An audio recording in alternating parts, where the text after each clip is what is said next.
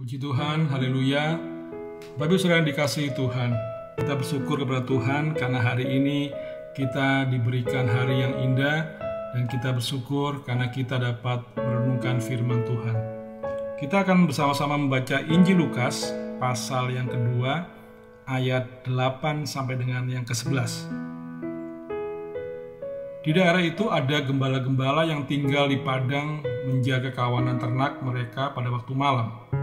Tiba-tiba berdirilah seorang malaikat Tuhan di dekat mereka, dan kemuliaan Tuhan bersinar meliputi mereka, dan mereka sangat ketakutan.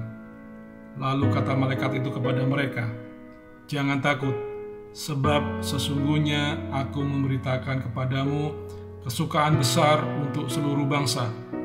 Hari ini telah lahir bagimu juru selamat, yaitu Kristus Tuhan di kota Daud." Haleluya. Bapak Ibu Saudara yang dikasihi Tuhan, pada waktu itu kota Bethlehem begitu ramai karena setiap orang diwajibkan kembali ke kampung halamannya untuk sensus penduduk. Banyak orang berdatangan di kota Bethlehem sehingga kota itu menjadi sangat ramai. Tetapi jauh di luar kota ada sekelompok orang yang terabaikan, dan mereka itu adalah gembala-gembala yang setia menjaga kawanan dombanya.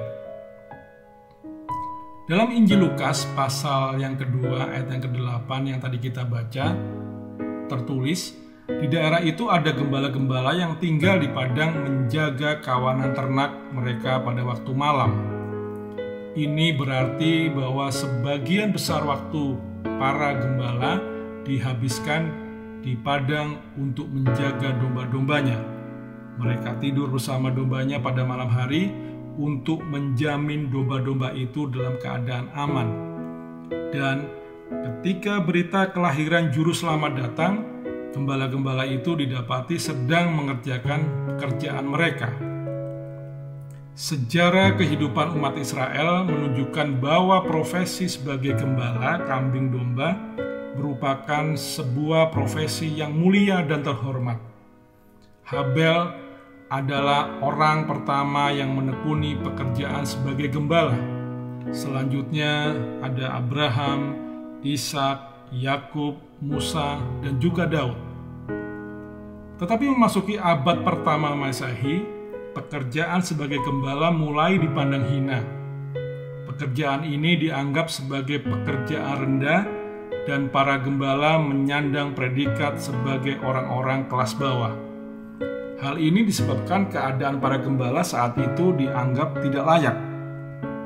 Secara keagamaan, mereka adalah orang-orang yang tersisihkan. Ini disebabkan karena pekerjaan sebagai gembala membuat mereka tidak bisa menghadiri acara-acara keagamaan karena mereka harus tetap menjaga domba-domba. Dan gembala adalah orang-orang yang terisolasi dan terlupakan, karena mereka selalu membutuhkan rumput hijau dan air yang segar. Maka para gembala tidak pernah menetap lebih lama di suatu tempat. Mereka akan berpindah-pindah dan lebih lama tinggal di tengah padang rumput bersama ternak mereka, sehingga mereka menjadi orang yang terisolasi secara sosial. Para gembala mewakili orang-orang yang tidak mendapat tempat di dalam masyarakat. Mereka adalah orang-orang biasa dan bukan orang pintar. Mereka mewakili orang-orang terbuang dan mendapatkan perlakuan yang tidak adil.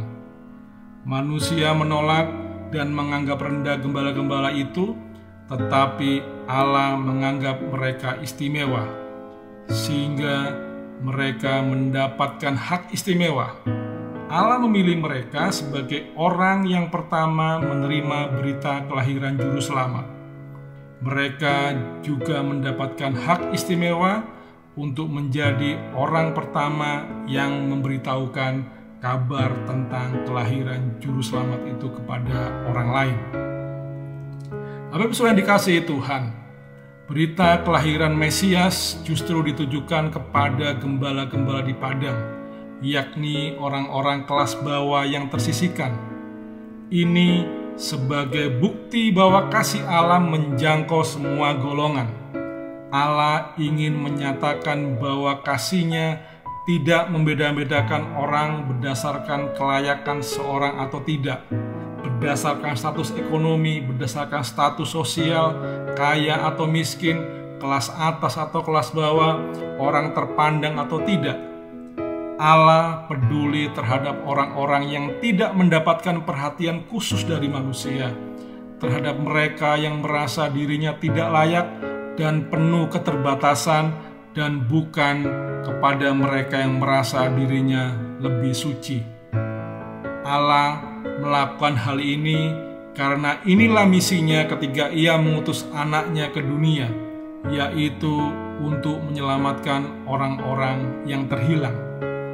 Kasih-Nya tersedia bagi siapapun juga yang mau percaya dan beriman kepada Allah.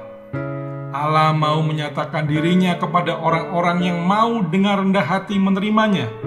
Sebagaimana Allah mengasihi gembala-gembala di padang, Allah juga mengasihi kita. Hari ini Tuhan mengundang kita sebagaimana Tuhan mengundang gembala-gembala itu. Tuhan mau kita bangkit dari kesedihan kita dan menerima pemulihan dan sukacita dari Tuhan. Haleluya. Dalam Injil Lukas pasal yang kedua, ayat yang ke-20 tertulis, "Maka kembalilah gembala-gembala itu sambil memuji dan memuliakan Allah, karena segala sesuatu yang mereka dengar dan mereka lihat, semuanya sesuai dengan apa yang telah dikatakan kepada mereka." Kita menemukan tanggapan yang berbeda antara para gembala dan orang Majus dengan Herodes. Ketika Herodes mendengar berita kelahiran Yesus, kebencian dan hasrat untuk membunuh bayi tersebut bergejolak dalam hatinya. Sedangkan para gembala sama seperti orang Majus. Setelah melihat bayi Yesus, mereka kembali sambil memuji dan menyembah Allah. Bapak Ibu Saudara dikasihi Tuhan, apa arti Natal bagi kita sekarang ini? Natal bukan hanya menjadi momen di mana kita bersukaria dan berkumpul tanpa ada sesuatu yang berubah dalam hati kita. Setiap kali kita merayakan Natal, ingatlah akan kasih Allah yang telah mengaruniakan anaknya Yesus Kristus yang memungkinkan kita memperoleh keselamatan. Pemberian yang indah ini kiranya mendorong kita untuk senantiasa bersyukur dan menyembah Allah. Gembala-gembala itu tidak hanya kagum dengan apa yang telah mereka saksikan, tetapi hati mereka yang tadinya mati kini hidup kembali, sehingga mereka mulai menyembah Allah. Gembala-gembala itu telah diubahkan melalui apa yang telah mereka dengar dan lihat. Kita pun patut menyembah Allah atas apa yang telah Allah lakukan dalam hidup kita. Sekalipun Yesus lahir 1000 kali di Bethlehem, tetapi bukan dalam hati kita, maka kita akan tetap terhilang. Sudah waktunya sekarang untuk memastikan bahwa Yesus lahir dalam hati kita. Kelahirannya dalam hati kita akan mendatangkan perubahan dalam hidup kita. Biarlah Natal kali ini menjadi saat-saat penting atau saat yang bersejarah dalam perjalanan kerohanian kita. Mungkin kita memang terlahir sebagai orang Kristen, tetapi hati kita tertutup untuk Yesus. Tidak ada penyembahan yang tulus dan tidak ada pembaharuan hidup, sekalipun dari tahun ke tahun kita merayakan Natal. Liburan Natal boleh segera berakhir, dan kita akan kembali kepada rutinitas sehari-hari. Namun, kali ini kita tidak lagi kembali sebagai pribadi yang sama seperti dulu. Seperti gembala-gembala yang kembali dengan hati yang baru, karena mereka sudah bertemu dengan pribadi Sang Juru Selamat.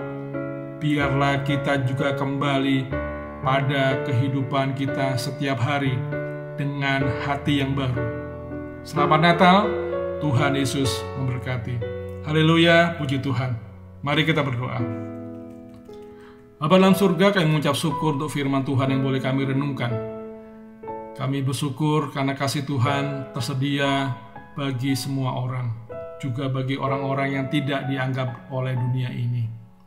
Yesus lahir dalam hati kami, maka akan mendatangkan perubahan dalam hidup kami. Pakai kami dengan kuasa Tuhan untuk dapat menyaksikan Engkau kepada orang lain. Tuhan, berkati apa yang kami lakukan pada hari ini, semuanya untuk puji, hormat, dan kemuliaan nama Tuhan. Di dalam nama Tuhan Yesus Kristus, kami berdoa dan mengucap syukur. Haleluya, amin. Tetap semangat, Tuhan Yesus memberkati.